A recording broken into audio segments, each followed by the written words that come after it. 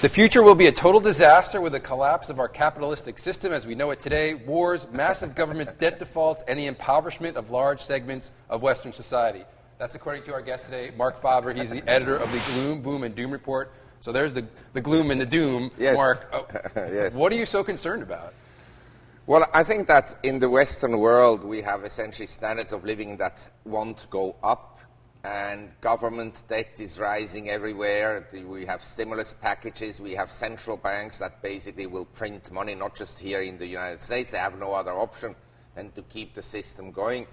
And so this will be negative for the Western world compared to emerging economies. And already if you look at the last 30 years, say, you look at China 30 years ago, you look at India 30 years ago, you look at Brazil 30 years ago, and you compare it to the US today.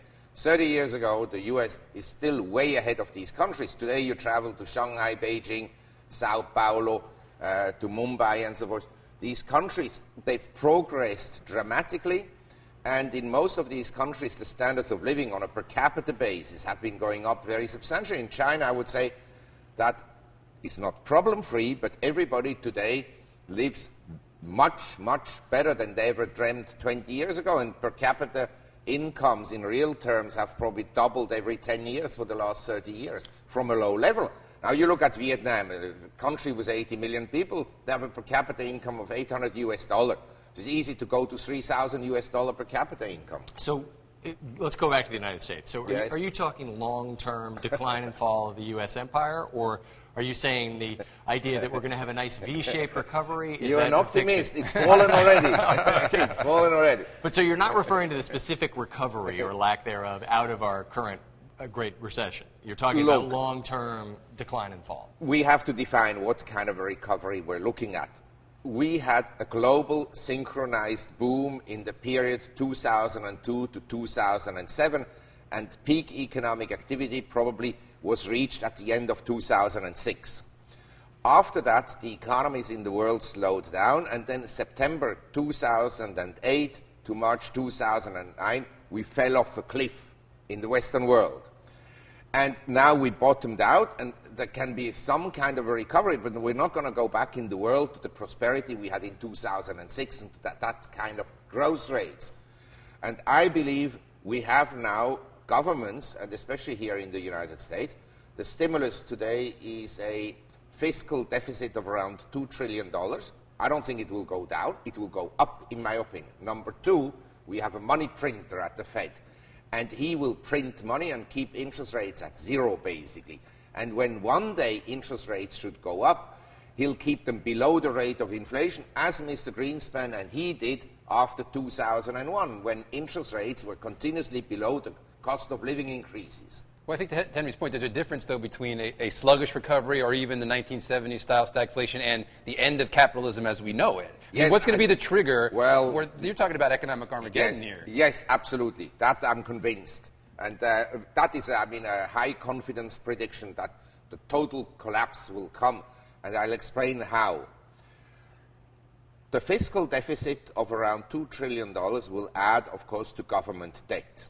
It will be, in future, very difficult for the Federal Reserve to increase short-term rates, because then the interest payments on the debt go up substantially. Then comes Medicare and Medicaid after 2018, and we have huge liabilities there that are coming due, and with the aging of the baby boomers, we'll have a huge problem in funding the expenditures of the government, and so they'll have to inflate.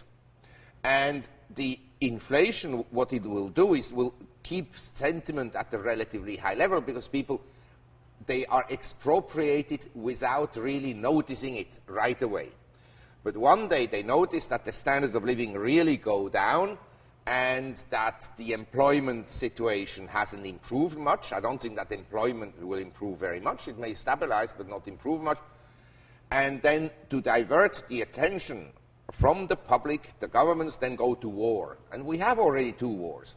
And Afghanistan, I guarantee you, is a barrel without a bottom, bottomless pit. All right, so 2 questions. One, is this going to be a military coup? What is it like when capitalism collapses? What happens? Well, when it collapses, essentially you have a currency reform. that old money is then called back and you issue new money. So the dollar. So we're going to get new dollars. It's going to be probably Zimbabwe. at some stage, yes, I would imagine that the dollar will lose its value. Yes, I mean, it already lost 95% of its value since the introduction of the Federal Reserve, but it took 100 years. This time around, they'll do it in 10 years. They have become more efficient. They have. Yeah. And so when is this going to happen? I heard you say 2018, which for most Americans is basically, never worry about it, so far in the future. Now, yeah. So when? Well, I think, and I have to say, you can be bullish for the next 3 years, but ultra bearish for the next crisis, which may happen in 3 years or in 5 years or in 10 years. But one thing I want to stress, this crisis, nothing has been solved. That should be clear. The private sector, which is trying to deleverage, is offset by the government that is leveraging up. In other words, you don't reduce debts, you just essentially pile up on more debts, even more debts. And the problems haven't been solved, but they've been postponed. Yahoo!